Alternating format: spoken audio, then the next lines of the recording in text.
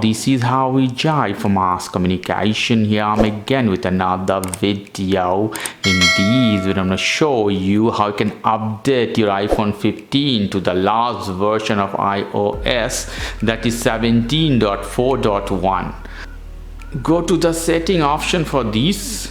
Here the second option from the top, software update, go inside. So you can see I have already iOS 17.4.1 version for me now. So update, you can say update tonight or update later, whatever you like. I hit update now.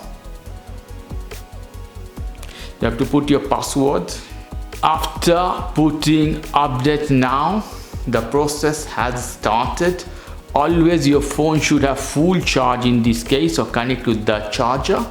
So about 2 minutes remaining for this update procession, and phone will boot to this screen after restarting couple of time. Okay guys, if you like this video, please do subscribe to my channel. If you like this segment, please give me a thumbs up. Take care till then, bye bye.